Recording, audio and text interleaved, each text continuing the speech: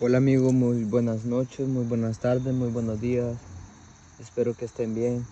Hoy les voy a enseñar un video donde les voy a demostrar, es un ejemplo para que ustedes vean que con la naturaleza y con las cosas de Dios y con nada en esa tierra se debe de jugar.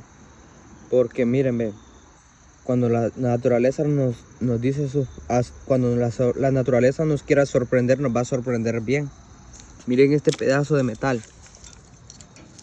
En su debido tiempo aquí alguien hizo esto de cercar.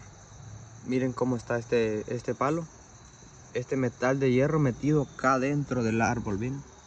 Entonces quiere decir que la corteza del árbol abrazó este metal. Y aquí pueden ver también la malla. Entonces chicos, esto es de evidencia para que vean, miren. Miren, está mamado, ¿eh? Y no es que nadie lo haya metido ahí, sino que así es. Entonces el poder de la creación divina de Dios y de toda la naturaleza. Espero que les guste.